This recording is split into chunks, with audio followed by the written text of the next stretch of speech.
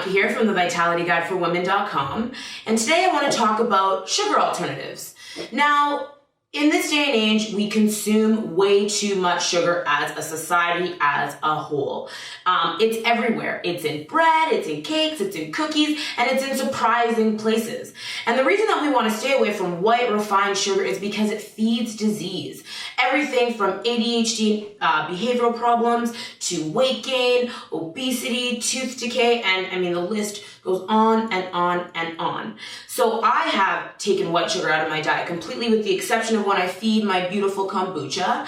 But other than that, I don't use white sugar. I use other things. So I want to talk about those today. So here we have Blackstrap Molasses. Now, I don't really use it in cooking and baking that much because it has a very black licorice flavor. So unless you want that flavor in your cooking, I would stay away from it. But what I do use it for is for relaxation. It's a really great relaxation tool, if you can believe it. Now, for females who get that monthly visitor and the cramps that come along with it, Blackstrap Molasses is your friend. Now, it's high in magnesium, and magnesium is really great for relaxing the body, and it's almost instantaneous. So if, say, you have cramps, you'll take 1 tablespoon of Blackstrap Molasses, and within 10 to 15 minutes, no joke, cramps are gone. And it's also really high in iron. But I will provide you with one caveat. It relaxes everything. So if this is the first time you're going to be using it, make sure that you're near to a bathroom, just in case it relaxes some other parts of your body, if you get what I'm saying.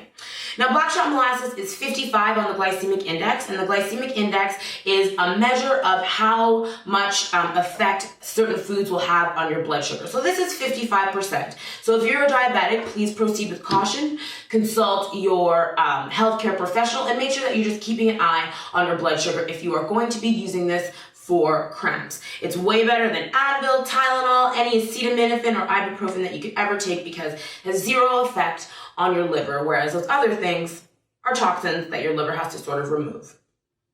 The next thing that I want to talk about, and is like a huge favorite of mine, I've already done a video on it, is honey. Now this is Manuka Honey, which is native to New Zealand and super healing, super detoxifying. I was actually watching a documentary and they healed a horse's like deadly wound with Manuka Honey.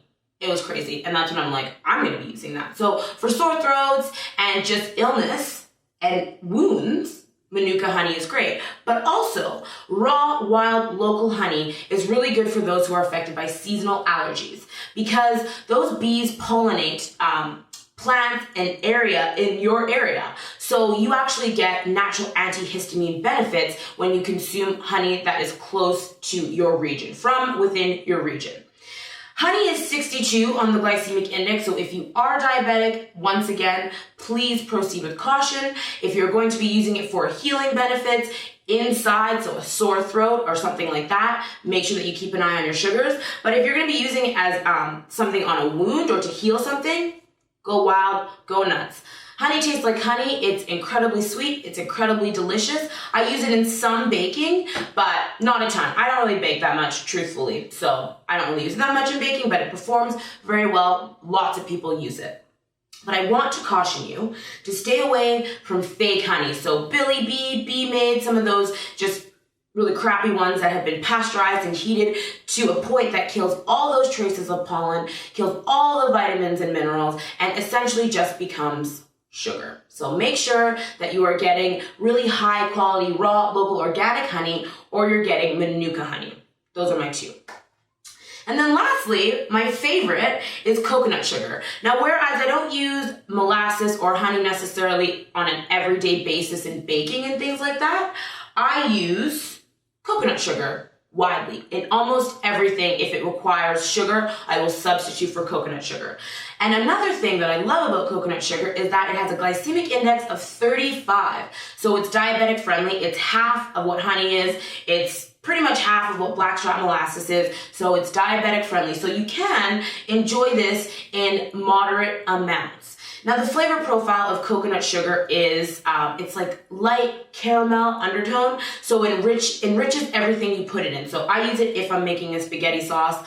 I will use it to just sort of balance some of the acidity of the tomatoes. I also use it if I'm making like iced tea or iced coffee or you name it, because it measures cup for cup with sugar. So if something calls for 1 cup of sugar, you can use 1 cup of coconut sugar and it's an even match.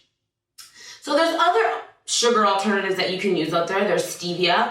I'm not a huge fan of stevia. I find it leaves sort of a metally aftertaste, but some people don't notice it at all. So if that's you, go wild. That's 0 on the glycemic index, and it's derived from a plant, so it's all natural, so go nuts. And then there's also xylitol. I don't have a lot of experience with xylitol. I've never used it, but I've seen Xyla, that one brand. I've also seen xylitol candies that people can enjoy. Again, 0 on the glycemic index, so completely diabetic friendly. If you're diabetic, you can enjoy xylitol and stevia 100% of the time without any adverse effects on your blood sugar.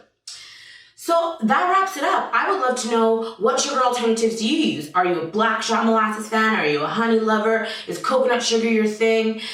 Stevia, xylitol, what do you use? Do you use anything? Do you think you're sweet enough as is? I would love to know. And I just want to thank you again for watching, and I will see you next time. Bye.